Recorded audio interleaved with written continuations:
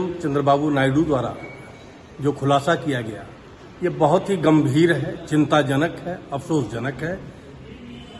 नायडू साहब ने जब कहा कि पिछली सरकार वाईएसआर कांग्रेस की सरकार के शासनकाल के दौरान तिरुपति बालाजी के मंदिर में चढ़ावे के लिए जो लड्डू बनता था वो जानवरों की चर्बी से बनता था।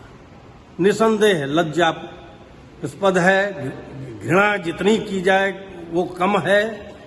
और मैं स्पष्ट कहना चाहूंगा नायडू साहब से भी, क्योंकि वो वहां के सीएम हैं, इस बात का निष्पक्ष जांच वो कराएं, जांच करा करके दोषियों को तुरंत कारागार में डालें, क्योंकि इस तरह का काम, सनातन के विरोध में किया जाने वाला काम हम सनातनियों को कतई बर्दाश्त नहीं होगा।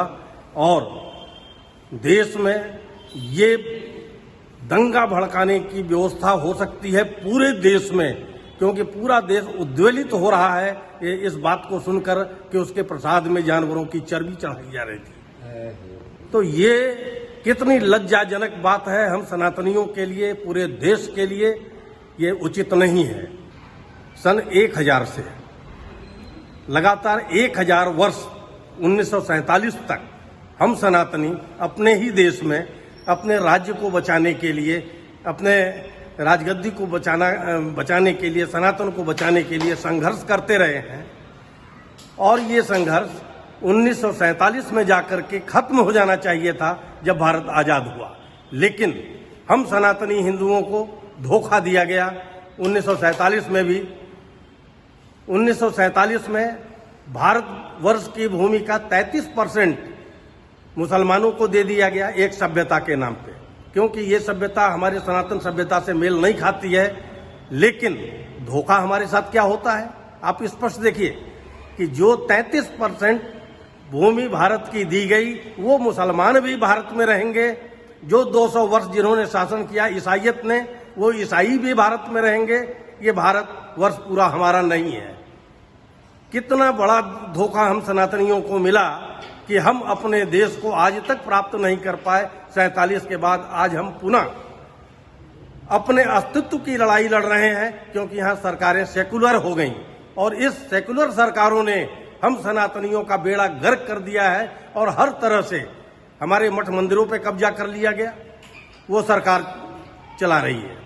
जब सरकार हम चुनते हैं तो सरकार को सरकार चलाने के लिए चुनते हैं, देश को चलाने के लिए चुनते हैं, न कि मठ मंदिरों को चलाने के लिए। इसलिए मैं भारत सरकार से ये आग्रह करूंगा कि अविलंब हमारे मठ मंदिरों को मुक्त किया जाए, जो हमारा सनातन समाज चलाएगा, जिसमें विधर्मियों का प्रवेश वर्जित होगा। बहुत दुखद बात है और सनातन धर्म के साथ बहुत बड़ा खिलवाड़ है।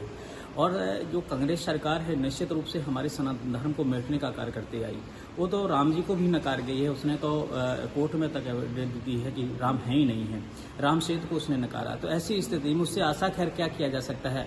लेकिन आप ये समझिए, सनातनियों को समझना चाहिए कि ये सरकारें हमारा कितना विनाश करने का कार्य करती आई, हमारे लिए कितना दर्दनाक काम। जो एक हमारे आराध्य हैं बालाजी, तिरुपति बालाजी, मतलब आप समझ रहे हैं करोड़ों लोगों के आराध्य हैं और कितनी आस्था है लोगों की वहां पर जा जाकर, और उससे सरकारें चलती हैं, उस मंदिर से वहां की सरकार चल रही है उस मंदिर के चढ़ावे से।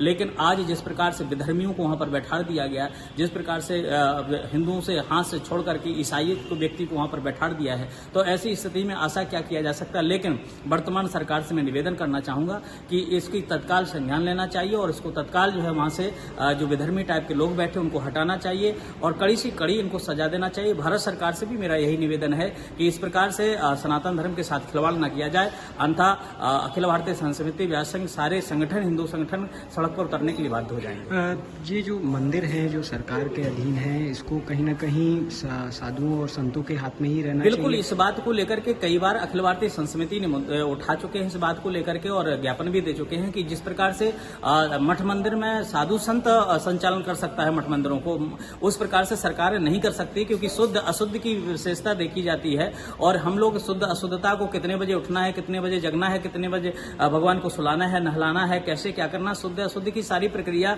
साधु संत अपने ढंग से करते हैं पूजा पाठ। और इस बात को गवर्नमेंट को क्या पता है कि भगवान को कब सुलाना है, कब जगाना है, कब क्या करना है। तो मुझे लगता है जिस प्रकार से लालच में आकर के सरकार मठ मंदिरों को कब्जा करके अपना उस पर आधिपत्य जमाए हुए है, उसको तत्काल खारिज करे और मठ मंदिरों को जो है साधु संतों के हाथ में सौंपे। इस प्रकार से हमारे देवी देवताओं को बॉलीवुड के माध्यम से अपमान किया जाता है, ब्राह्मणों को अपमान किया जाता है, संतों को अपमान किया जाता है। जो सीरीज बनती है आप देख रहे हैं, चाहे आश्रम बनी है और चाहे ओ माई गॉड बनी हो, चाहे 80 हो, इस सारी चीजों को देखते हुए यह स्पष्ट होता है कि ये लोग सनातन धर्म को गिराने का कार्य कर रहे हैं। और मुझे लगता है कि इन सारी चीजों को देखते हुए सरकार को पहले चाहिए कि अगर यही चीज होती रही तो अब क्योंकि हिंदू जाग चुका है, अब और सहन नहीं कर पाएगा और इसका परिणाम भारी होगा।